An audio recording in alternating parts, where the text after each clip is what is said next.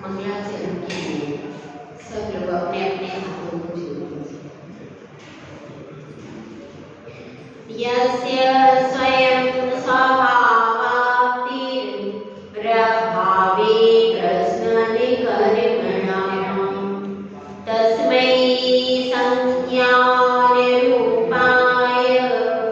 नमोस्तु परमात्मने। नमोस्तु परमात्मने। पंच परमेश्वरी भगवान की, 1008 शांतिनाथ भगवान की, परम पूज्याचार्य श्री पूज्यपाद भगवत की, परम पूज्याचार्य श्री आदि सागर महाराज की, आचार्य श्री महावीर कीर्ति महाराज की, आचार्य श्री विमल सागर महाराज की, आचार्य श्री तपस्वी सम्राट सतपति सागर महाराज की, आचार्य गुरुवर सुंदर सागर महाराज की, अहिंसा महेश्वर धर्म की, जिनवाणी माता की, जय बोलो परम पूज्य सुनेमती माता जी की, हरिका शंकर की जय। धर्म प्रेमी भव्यात्माओं, जो उत्थान करता है उसका एक दिन पतन भी होता है। एक बहुत प्रसिद्ध भजन है, चढ़ता सूरज धीरे धीरे ढलता है ढल जाए। जो सूरज चढ़ रहा है वह एक दिन अस्ताचल की तरफ ही जाता है। और एक दिन की बात को छोड़ दीजिए, उसी दिन सुबह प्रातः काल में प्राची उसे ऊपर चढ़ा रही है और वही प्राची उसी प्राची में तो नहीं लेकिन पश्चिमा की गोद में जाकर वह हो जाता है। यह सूरज यह प्रेरणा दे रहा है, यह संदेश दे रहा है। किस बात का संदेश दे रहा है? यह संदेश दे रहा है कि अगर तुम उत्थान की तरफ आगे बढ़ रहे हो, अगर तुम उन्नति के शिखर पर चढ़ रहे हो, तो यह भी ध्यान रखो कि एक दिन तुम पतन की राह पर भी जा सकते हो। उन्नति की राह पर जा रहे हो, पतन की राह पर भी जाना है। क्यों जाना है? क्योंकि देखिए कितने ही बड़े बड़े चक्रवर्ती हो गए, वह भी इस संसार में शाश्वत रहने वाले नहीं हो पाए। वे क्या भाई? एक दिन में यह जो दिनमान है, सूर्य है, यह भी ऊपर चढ़ता है और मध्य में उसकी स्थिति होती है और अंत में जाकर के अस्त होता है। एक दिन में सूर्य की भी 3-3 गति होती है। इसी प्रकार से इस संसार में जो एक जीव है, जीव की पर्याय है, उस मनुष्य पर्याय की भी 3 गति होती है। कौन सी? एक बालपन होता है और एक युवावस्था होती है और तीसरी होती है वृद्धावस्था। इस प्रकार से 3 गति होती है और इस 3 गति के चक्कर में हम सबने चेतन आत्मा को भूल जाते हैं। तो यह अपनी बात चल रही है इष्टोपदेश में। आचार्य जी पूज्यपाद भगवंत यही समझाने का प्रयास कर रहे हैं कि देखो सब जीव ऊपर चढ़ते हैं और फिर नीचे भी आना पड़ता है। अगर हम समझे कि हम हमेशा सेठ बन करके साम्राज्य राजा बनकर बैठे रहे, तो कोई चक्रवर्ती आज तक राज सिंहासन पर हमेशा बैठ नहीं पाया। स्वयं तीर्थंकर भी उस लौकिक राज सिंहासन को छोड़कर दीक्षा धारण करते हैं। तो फिर क्या कोई ऐसा है जो हमेशा ऊपर ही रहता है? एक बार चढ़ जाता है तो फिर उतरता नहीं है। कोई है क्या ऐसा? कोई ऐसा है? हाँ, वही तो है परम सिद्ध भगवान। उसकी ही तो हम आराधना कर रहे हैं, उसी को प्राप्त करने का सफर हमारा चल रहा है। एकमात्र वही है बस जो सिद्ध शिला पर बैठा है। वही तो है जो कि कभी नीचे उतर के नहीं आता है। काले कल्प शतेपि जगते सिद्धानां च न विक्रिया लक्ष्या। सिद्धों में कभी भी किसी प्रकार का परिवर्तन नहीं नजर आता है। तो इससे हमें हमेशा अगर ऊंचा उठना है तो कौन सा भगवान बनना है, सिद्ध भगवान बनो। एक बार ऊंचे उठ जाओ, फिर कभी पतन के मार्ग पर आना नहीं पड़ेगा, फिर कभी नीचे की ओर नहीं आना पड़ेगा। अगर आप चाहते हो कि ऊंचा उठूं तो उठो, उठने की मनाही नहीं है, लेकिन सिद्ध शिला तक पहुंच जाओ। बस एक बार, कितनी बार पहुंचना पड़ेगा? बस एक बार आप सिद्ध शिला पर आरूढ़ हो जाओ। सिद्ध शिला को एक बार आप छू लो, सिद्ध बन के भिगो दिया, जीवन के सिद्ध बन के सिद्ध शिला को एक बार आपने छू लिया तो क्या होगा? फिर आपको कभी भी संसार में वापस नहीं आना पड़ेगा। आप उस पे परमानेंट सीट है भैया। क्यों ऋतु? परमानेंट सीट पे बैठो, कोई आपको उतारने वाला नहीं है। हमेशा के लिए अनंत काल से अनंत सिद्ध उस सीट पे बैठे हुए हैं। अब वो कभी नीचे नहीं आएंगे। इसलिए हमको आराधना किसकी करनी चाहिए? सिद्धों की। आज निर्वाण कल्याण की है भैया, इसीलिए मैंने सिद्ध परमेश्वर को याद कर लिया है ना। निर्वाण कल्याण किसका है भैया? मल्लीनाथ भगवान का निर्वाण कल्याण के, मोक्ष कल्याण के लाडू चढ़ाया है ना आप लोगों ने? चढ़ाया है, मंदिर में लाडू चढ़ा है। तो सिद्ध परमात्मा एक बार पुनः पुनः अपन स्मरण कर लेते हैं। मल्लीनाथ भगवान जो कि कितने समय, जिनका छद्मस्तकार सबसे कम है। कितने दिन का छद्मस्तकार है भैया?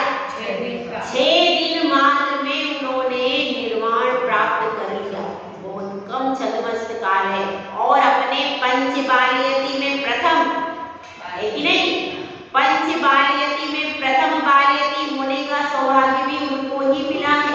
ऐसे मल्लीनाथ भगवान जिनका की स्वरूप कुछ लोग स्त्री मानते हैं, लेकिन वास्तव में वो स्त्री नहीं थे, वह तो पुरुष वेदी थे और मोक्ष में जा चुके हैं।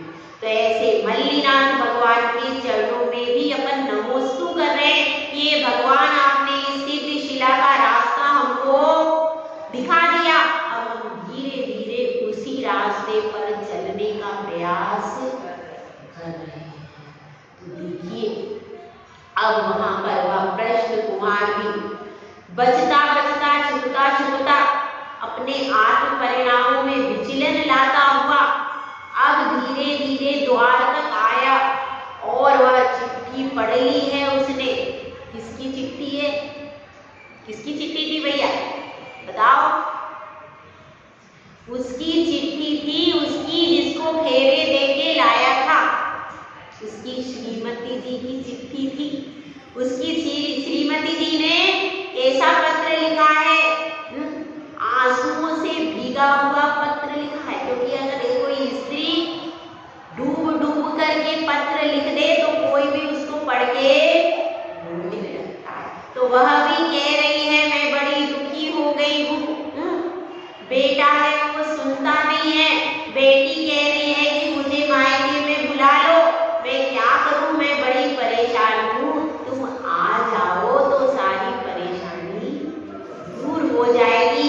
क्योंकि जो प्रभुत्व पुरुष का घर में रहता है वह प्रभुत्व स्त्री का नहीं रह सकता। वो तो ममता की मूर्त होती है। मैं कितना भी प्रयास करूं तो मैं पहले से कठोर नहीं बनी, तो अब कैसे बन जाऊं? वो कठोर अनुशासन तुम्हारे कहने से था। अगर तुम आ जाओगे तो बेटा बिल्कुल सीधा बैठ जाएगा। तो इसलिए तुम्हारा आना परम आवश्यक है। ये सब बातें हैं और इन सब बातों से वह बरी होना चाहता है। क्योंकि प्रवचन सभा का समय हो गया है और आज के दिन वो थोड़ा सा लेट हो गया, इसीलिए पूरी सभा लगी हुई है। और गुरुदेव तो तभी मौन खोलते थे जब कोई प्रश्न करता था। जब तक कोई भव्य जी प्रश्न नहीं करता था, गुरुदेव मौन खोलते नहीं थे। इसलिए गुरुदेव मौन बैठे थे और प्रश्न करने से सब डरते भी थे कि हम कौन सा प्रश्न करें, कहीं कोई ऐसा प्रश्न ना हो जाए कि गुरुदेव की सभा में हमारा अपमान हो जाए, इसीलिए सब डरते थे। लेकिन प्रश्न कुमार निडर होकर के प्रश्न करने लगा। आता तो सबको था, लेकिन एक संकोच था और साहस नहीं कर पाते थे। और प्रश्न कुमार आकर के तुरंत साहस कर देता था, तो जो बोले सो कुंडी खोले। प्रश्न कुमार आता है, पत्र को धीरे से जेब में दबाता है और अपने धीरे धीरे कदमों से आकर के देखता है, भैया पूरी सभा लगी हुई है। आज तो सब तरफ पिन ड्रॉप साइलेंस, इतने बड़े गुरु बैठे, पूरी चतुर्वेद संघ बैठा, वहां कौन बोले? तो इसलिए सब बिल्कुल चुपचाप बैठे। उसने कहा मैं यहाँ थोड़ा सा 2 मिनट लेट हो गया, कोई बात नहीं। और गुरुदेव मौन में 2 मिनट के लिए क्या हो गए थे, ध्यानस्थ हो गए थे। जैसे प्रश्न कुमार आकर के बैठा, गुरुदेव ने अपनी आंखें खोल दी और खोल के जैसे ही प्रश्न कुमार को देखा, एकदम उनका सहज मंद स्मित उनके मुख पर आ गया। अब सब सभा भी प्रसन्न हो गई, क्योंकि गुरुदेव मुस्कुरा देते हैं तो पूरी सभा भी, जैसे कि सूर्य की किरणें पड़ती हैं, कमल एकदम खिल जाता है, तो कमल भी जानता है शाम को मुझे मुरझा जाता है। तो इसलिए अब वह भव्य कमल रूपी प्रश्न कुमार भी अपना प्रश्न लेकर के और गुरुदेव की सभा में हाजिर हो गया है। गुरुदेव से वह कहता है, हे गुरुदेव, आप संसार का स्वरूप बहुत दिन से दिखा रहे हो। 4-5 परिवर्तन होते हैं, और क्या होता है, और राग द्वेष आदि परिणति होती है। संसार ऐसा है, संसार वैसा, बहुत सारी बातें आप मुझे बता रहे हो। लेकिन गुरुदेव यह तो बताइए, आप मुझे प्रैक्टिकल सामने दिखाइए, यह संसार है, इसमें ये चीज है। क्यों? क्योंकि बड़ी बड़ी पुरानी बातें दोहराने से कोई मतलब नहीं है।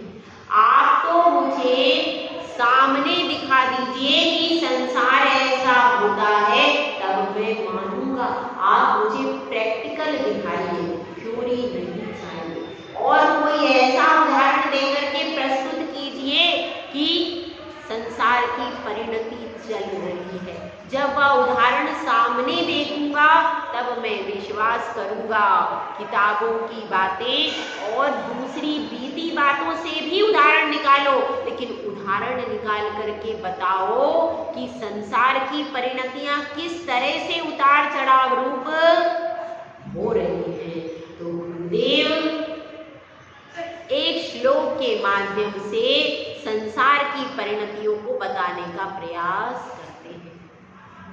विपद भव पदावर्ते पदिके वाति वायते, यावत् तावत् भवत्यन्या प्रचुरा विपदः प्रभा। गुरुदेव कहते हैं, हे भव्य जीव, एक समय था राम को राज सिंहासन मिलने वाला था। राम राज सिंहासन पर आरूढ़ होने वाले थे। शाम के समय पूरी नगरी में बधाई गब रही थी। बधाइयां गपती थी पहले ढोलक में।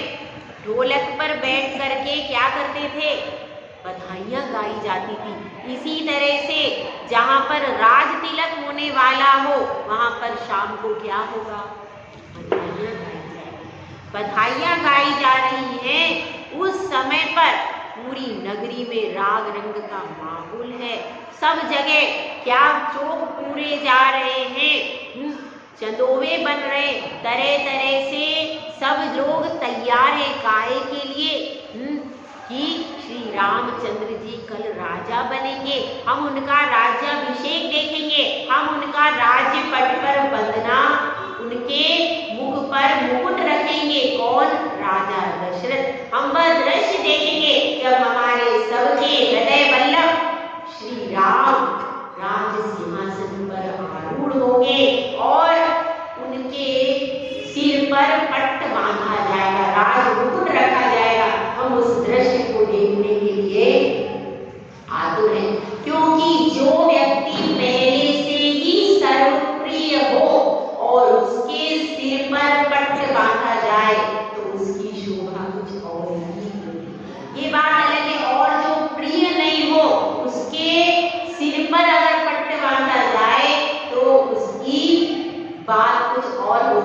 लेकिन रामचंद्र जी राजा बनने से पहले ही सारी जनता के हृदय वल्लभ बन चुके थे। तो इसलिए उनके शीश पर जो मुकुट को बंधने का दृश्य पूरी जनता देखना चाहती थी। इसी तरह से एक और उदाहरण है, आचार्य श्री विराटसागर महाराज ने अपना पद किसको दिया है? आचार्य विशुद्ध सागर महाराज। और आचार्य विशुद्ध सागर महाराज भी पूरे भारत की जनता के हृदय वल्लभ बन चुके हैं। इसीलिए उस दृश्य को देखने के लिए भी पूरी जनता उमड़ करके आएगी। तो इसी तरह का दृश्य यहाँ भी था कि पूरी जनता चाहती थी हमारा राजा अगर कोई बने तो कौन? श्री रामचंद्र। इसी प्रकार की भावनाएं उसमें भी थी और पूरी जनता आकुलित व्याकुलित हो रही है देखने के लिए। घर घर में जैसे खुशी की शहनाई बज रही, सब लोग प्रसन्न हैं, सब लोग सुबह सोच रहे सुबह कौन सी ड्रेस पहनेंगे।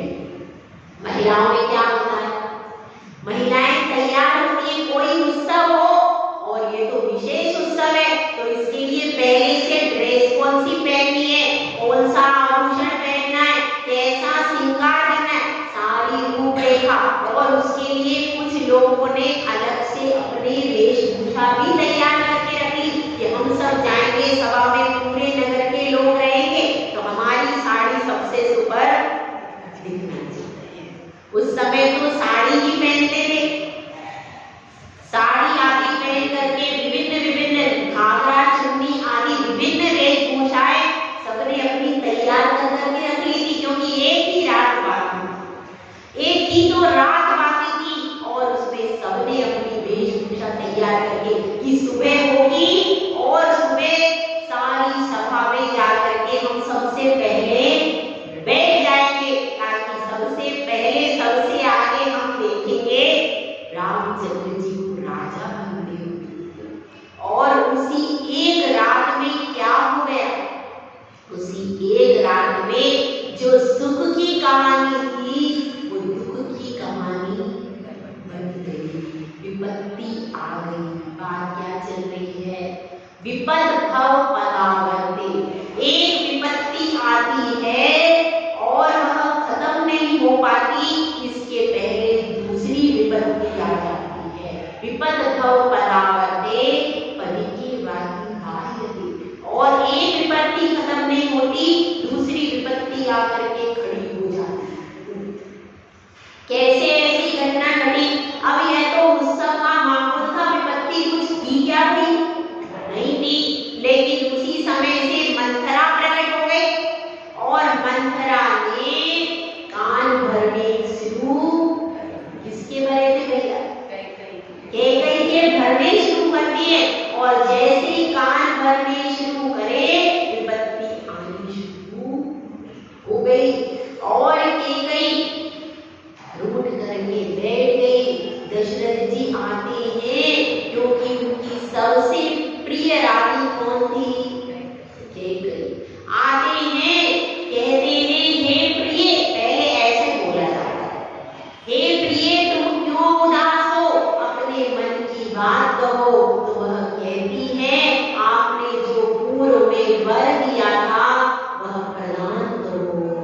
तो दशरथ कहते हैं तुम्हारी तो हर बात मैं मानता हूँ, तुम जो कहोगी वही होगा, कह दो अपने मन की बात। तो कह देती है वह मन की बात। क्या कहती है?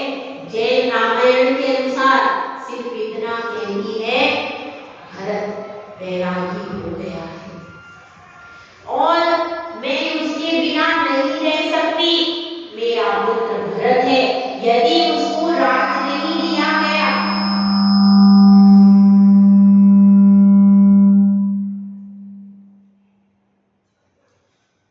यदि उस भरत को राज्य नहीं दिया गया तो भरत कैसा हो जाएगा? भरत बैरागी हो जाएगा।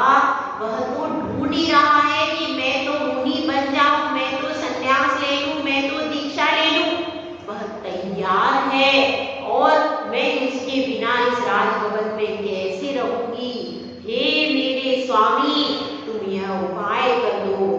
तो कहते हैं दशरथ, हे प्रिय, मैं भी चाहता हूँ भरत बैरागी ना बने, भरत वन को ना जाए, इसलिए तुम बताओ क्या उपाय करना है। तुम जो कहोगी वही उपाय मैं कर दूंगा।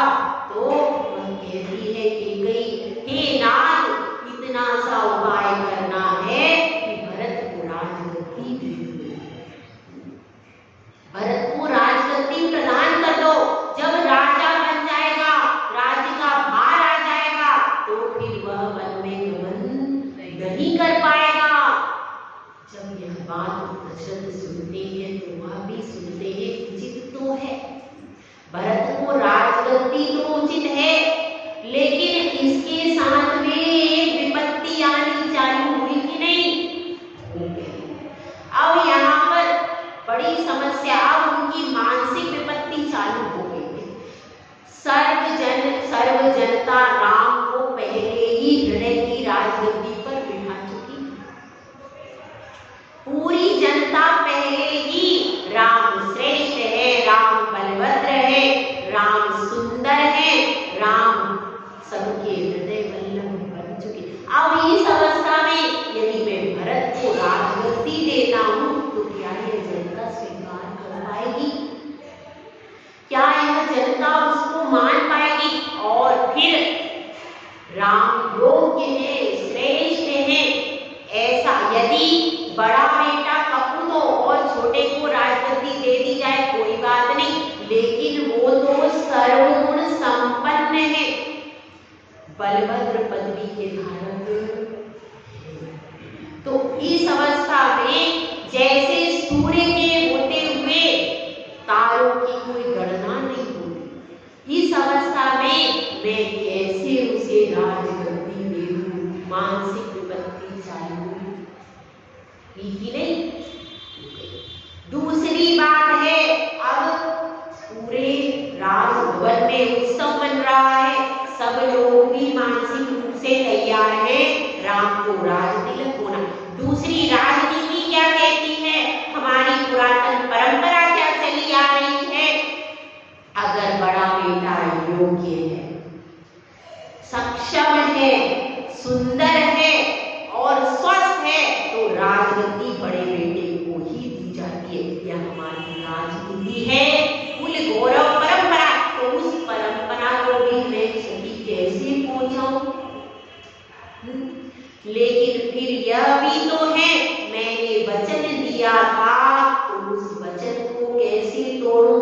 मैंने वर पहले दिया था कि तुम जो कहोगी तुम्हें वो वरदान प्रदान करूंगा, और रघुकुल रीत सदा चली आई, प्राण जाए पर वचन न जाए। विपत्तियां सामने आकर एक के बाद एक खड़ी हो गई। अब दशरथ सोच रहा है, इधर जाऊं तो भाई है, इधर जाऊं तो कुआं है, कहां जाऊं? केकई को कुछ बोल नहीं सकता क्योंकि वचन की बात है। राम को कैसे क्या बोलूं और जनता को कैसे संतुष्ट करूं? राजभवन में क्या बोलूं? मैं तो कुछ बोलने में ही असमर्थ हूं। ऐसी विपत्ति, और उसी क्षण श्री राम और लक्ष्मण कक्ष में प्रवेश करते अपने पिता का उदास उतरा हुआ चेहरा देखते हैं तो सोचते हैं, केकई माता के पास जाने के बाद तो पिताश्री का चेहरा एकदम कमल की तरह खिल जाता था। आज क्या हो गया? आज क्या हो गया जो केकई माता के पास जाने के बाद भी हमारे पिताश्री का चेहरा मुरझा गया? क्योंकि केकई माता में अद्भुत कला थी, अगर पिताजी उदास भी होते थे तो वह उनको अति प्रसन्न कर दिया करती थी। अब वे क्या जाने कि मंत्रा ने कान कैसे भरे। और भरत बैरागी हो रहा है, इन सब घटनाओं को वे जानते थे पर उतना प्रभावपूर्ण नहीं जानते थे। उसी समय दशरथ जी कह उठते हैं, राम, बड़े विषाद का समय हो रहा है, बैरागी हो गया है उसको राजभवन में रोकना है। राम जी कहते हैं, हे तात, मैं भी यही चाहता हूँ, भरत अभी वन में ना जाए। अभी तो उसका बाल्यकाल ही है, अभी तो उसकी युवावस्था का प्रारंभ सूर्य ही उदित हुआ है, तो इस अवस्था में उसका जाना योग्य नहीं है। अभी उसको कहाँ रहना चाहिए?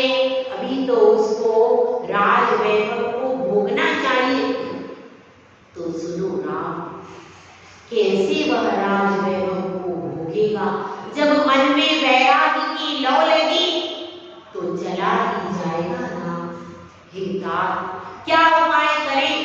तुम्हारी केकई माता कहती है कि उसको राजगद्दी दे दी जाए। मैं कुछ निर्णय नहीं कर पा रहा हूँ। एक तरफ वचन है, एक तरफ राजपद है, क्या करूं पिताश्री? निर्णय तो सही है, यही निर्णय होना चाहिए। जो केकई माता ने कहा है वह सत्य है, क्योंकि अभी हमारा लक्ष्य है भरत को वन से भवन में लाना, और उसके लिए यही योग्य है कि भरत को राजगद्दी दी जाए। किंतु राम, यह जनता जो हृदय वल्लभ किसी और को मान चुकी है उसका क्या होगा? हम रहेंगे तब तो हृदय वल्लभ मानेगी ना। क्या कहते हो राम? हम दोनों आपसे आज्ञा चाहते हैं पिताश्री। कैसी आज्ञा पुत्र? हम आज्ञा चाहते हैं क्योंकि हमारी सूर्य और चंद्रमा के रहते तारागण को जनता स्वीकार नहीं करेगी, इसलिए हमको वनवास जाना चाहते हैं। नहीं ना, ऐसे शब्द न कहो। अगर तुम जनता के हृदय वल्लभ हो तो मेरी भी तो हृदय वल्लभ हो। मैं भी तुम्हारे बिना कैसे रहूंगा? यह राजभवन तुम दोनों के बिना सूना हो जाएगा। तो वह कहता है, राम कहते हैं, हे पिताश्री, अभी यही योग्य कार्य है, इसी योग्य कार्य को होने दीजिए और मुझे वनवास की आज्ञा दीजिए। लक्ष्मण भी साथ में, लक्ष्मण को वनवास मिला नहीं था। जैन रामायण के अनुसार किसी को भी वनवास मिला नहीं था। राम स्वयं वनवास में जाना चाहते थे, और यह नियम है, बलभद्र और नारायण कभी अलग नहीं रहते, वे हमेशा साथ में रहते। इसीलिए लक्ष्मण भी उनके पदानुगामी हुए। सीता को भी वनवास दिया नहीं था, वो अपने आप गेरुआ वस्त्र पहनकर किया। यह है जैन रामायण का रहस्य। तो विपत्ति प्रारंभ हो गई। कोई विपत्ति नहीं थी, सब तरफ हर्ष का माहौल था। लेकिन फिर भरत के बैरागी होने के समाचार से विपत्ति प्रारंभ हो गई, और एक भाई को जबरदस्ती राजगद्दी पर बैठाने का प्रयास किया गया। लेकिन भरत ने कहा, यह क्या? आप जाओ वन को और मैं भोगूं भोग को, ऐसा कदापि नहीं होगा, और मैं तो बैरागी ही रहूंगा। उन्होंने राम की खड़ाऊ लेकर के सिंहासन पर विराजमान कर दी। भरत तो बैरागी रहा, वह तो चटाई पर ही शयन करता था। राजा बनकर के भी ऐसा बैरागी रहा। कुछ ऐसा संयोग है कि भरत चक्रवर्ती भी बैरागी रहा, और यह राम का भरत भी बैरागी ही रहा। तो भरत का भी मन खेद विमुक्त हो गया। राम भी चले वन को, सीता भी चली गई, और इन तीनों का वियोग। फिर दशरथ ने कहा, क्या संसार में तुम भरत को बिठाओ राजगद्दी में, रखो भवन में, मैं चला वन को भरत की भिक्षा ले। एक घटना से पूरा परिवार कैसा हो गया? बितर बितर हो गया। एक विपत्ति आती है, विपत्ति काय की आई थी? मंथरा की विपत्ति आई, मंथरा रूपी विपत्ति आई। अब उसके आने से अपना वरदान मांगा। फिर तीसरी विपत्ति आई वो वरदान, और फिर उसके बाद दशरथ ने राम से कहा, राम ने वनवास मांगा। चौथी विपत्ति आ गई और राम वन को गए। दशरथ ने वैराग्य समझा, वे चले गए, वे भी वन में चले गए, पर वे गिरिराज बन गए। ये भी वन में गए और पूरी नगरी जो कि उस समय सुख समुद्र में अवगाहन करने को तैयार थी, शोक समुद्र में। तो विपत्तियां एक के बाद एक आती है, और आपके जीवन में भी विपत्तियां आती है कि नहीं? अब आपको प्रैक्टिकल बताते हैं। अभी आप यहाँ बैठे हो कि नहीं? पैर में दर्द हो रहा है कि नहीं? सबके पैरों में दर्द हो रहा है, किसी के घुटने में हो रहा है, किसी के नीचे हो रहा है, सबके पैरों में दर्द हो रहा है। तो रोग रूपी विपत्ति है कि नहीं? ठीक है। और यहाँ पर बैठे हैं, चाह रहे हैं कि मन हमारा कहाँ लगे? स्वाध्याय में लगे, भगवान की आराधना में लगे, प्रवचन में लगे, लेकिन मन फिर भी एक आध बार तो घर पर इधर उधर होके आ गया कि नहीं? आया नहीं सबका? किसी थोड़ी देर के लिए, 1-2 मिनट के लिए सबका कहीं ना कहीं बाहर घूम घाम के आ चुका है। तो अपन चाहते हैं मन यहाँ बैठे, पर वो बैठता है क्या? नहीं है। यदि तो विपत्ति है जो साथ में चलती रहती है, हम चाहते हैं कि मन रुक जाए भगवान के पास। अगर मन जाता है घर में, जब अपन घर में बैठते हैं तो मन कहाँ आता है? कहता है मंदिर चलो। जब मंदिर में आ जाते हैं तो वो कहता है घर पर चलो। ऐसा ही है ना? ऐसा ही है। वो इधर रहते तो उधर जाता है, उधर रहते तो क्या? चलो मंदिर में चलो, चलो। अब मंदिर में आ गए तो क्या कह रहा है? वो कभी भी सेट उसका होता ही। ये सबसे बड़ी विपत्ति है। अपन शरीर को इधर से उधर उठा करके रख सकते, लेकिन मन को कैसे रखेंगे? अपन यहाँ बैठते हैं तो वो बाहर चला जाता है, बाहर से अंदर लाते हैं तो वो इस तरह से मन की विपत्ति तो प्रति समय चालू ही है कि नहीं है। और आप पूजा करने बैठे, कहाँ? मंदिर में आ गए, कम से कम थोड़ी सी शांति। पूजा करने बैठे थे, इतने में एक बाई आई, आपकी परिचित है कोई, वह आई। उसने कहा मैं भी पूजा कर लूं क्या? कर लो भाई, कर लो। ठीक है, पूजा करने वो भी बैठ गई। उसने, आपने कह दिया आज मोक्ष कल्याण के 4 पूजा करें, ठीक है कर लेंगे, तो द्रव्य कम पड़ सकते, कोई बात नहीं, मैं डिब्बी में से निकाल लूंगी। ठीक है, अब इतनी बात हुई। अब वह पूजा में ज्यादा चढ़ा रही, अपन तो कम चढ़ा रहे, ज्यादा चढ़ा रहे। अब उसने बहुत सारे पूजा में कार्य जोड़ने को चढ़ा दिए। अब क्या हुआ? अब आपको 4 पूजा करनी थी, अब वह द्रव्य थोड़ी सी खत्म हो गई। अब वह फटाफट, हाँ पूजा मेरी हो गई, मैं जा रही हूँ। तो चली गई, उसने डिब्बी की द्रव्य निकाली। क्या हुआ? अब विपत्ति सामने खड़ी हो गई। अब आप पूजा करनी थी, मोक्ष कल्याण बड़ा मन बना लिया है, लेकिन अब द्रव्य तो खत्म हो गई और थोड़ी सी देर हो गई थी।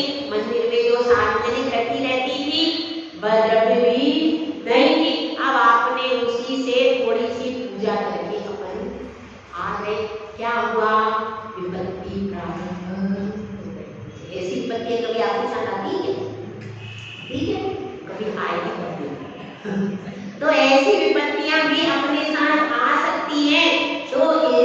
तो इस समय पर क्या हो जाता है? मन उदास हो जाता है। फिर अपन सोचते हैं क्या करें। और देखिए घर पर पहुंचे, जैसे ही अपन घर पर पहुंचे तुरंत बाहर ही मेहमान खड़े हुए। अब दरवाजा खोला, हाँ भाई आइए बैठिए थोड़ा सा, हाँ चाय नाश्ता तैयार कर देंगे। अरे नहीं, भोजन करके जाएंगे। क्या है? है? अपन पूछ रहे चाय नाश्ता का और फिर भोजन करके जाए, तो अभी तो भोजन में दे, कोई बात नहीं ठीक है, अभी चाय नाश्ता दे दो, अभी चाय नाश्ता दे दो, अभी चाय नाश्ता भी करेंगे और भोजन भी करेंगे, दोनों चीजें ठीक है भाई, कोई बात नहीं। चाय नाश्ता दे दिया, उसके बाद भोजन करा दिया, उसके बाद जाने के लिए बाहर निकले। अपन भी सोच रहे थे कि आज अपन कहीं को जाना है, सहेली के घर पर जाना है। सहेली के घर पे जाने के लिए तैयार हुए, इतने में जैसे ही बाहर निकले सासू जी सामने खड़ी, कहाँ जा रही हो? मैं वहां जा रही हूँ सहेली के घर। अंदर बैठो, आज मुझे पंचकल्याणक में जाना है। तो इसलिए तुम अंदर बैठो, क्योंकि दूध वाला सब्जी वाला सब कोई आने वाला, ठीक है। अब आप कहाँ बैठ गए? अंदर बैठ गए, जो मन था वो तो काम हो ही नहीं पाया। अब इतने में फोन आया, फीस भरनी है, तो फीस भरने के लिए स्वामी जी को फोन किया कि भाई मैं यहाँ घर में से बाहर नहीं जा सकती हूँ, तो आप फीस भर के आ जाना।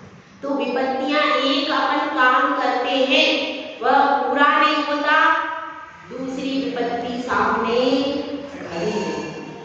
एक को पूरा करते हैं, दूसरी आकर के सामने खड़ी हो जाती है। ऐसा सबके जीवन में होता है कि होता रहता है। इसी बात को आचार्य परवेश जी यहाँ पर समझा रहे हैं। जिस प्रकार से घटी यंत्र होता है, रहट आपने देखा है कहीं खेतों में लगा है, वह रहट होता है, उसमें से पानी गिरता रहता है, एक में से पानी गिरता है, दूसरा आ जाता है, तीसरा आ जाता है, और उसमें पानी गिरता रहता है, उससे खेतों में सिंचाई अब बंद हो गया है, पहले होती थी उससे। तो वह रहट यंत्र होता है, जिस प्रकार से एक के बाद एक उसमें पटरी आती रहती है, वह घट आता रहता है, उसी प्रकार से जीवन में एक के बाद एक विपत्तियां आती ही रहती। आप एक विपत्ति को निपटाने तब तक दूसरी आकर के खड़ी हो जाती। पैर का दर्द अपन ने सोचा यहाँ दवाई लगा दी तो मसूड़ा दुखने लगा, मसूड़े में दवाई लगाई तो सिर दुख रहा है। इतने में क्या कह दिया, इतने में घर में मेहमान आए, कोई ना कोई चीज चालू ही रहती है। तो इसलिए यहाँ पर उदाहरण देकर के बता रहे, विपद भव पदावर्ते पदिके वाति बायते यावत् तावत् भवत् कन्या प्रजुरा बुद्धा।